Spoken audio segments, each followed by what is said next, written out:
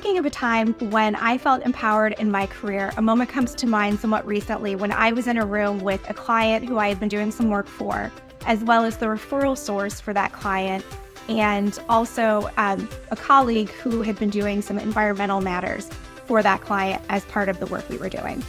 And it struck me that all four of us, the client, the referral source, my colleague doing environmental, and myself as the lead attorney for the client, we were all women. And that felt very empowering for me because I think for a long time, there was a sense that there was only so much room for women at the table and that we had to compete with one another to get into those places of power or into positions where people, were willing to have us be, kind of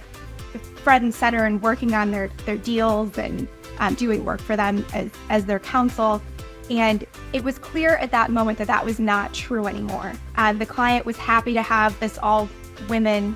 team. We were happy to have a woman who was a referral source and for our contact person at the client to be a woman. We were allies to one another and we were not competing with each other for a seat at the table.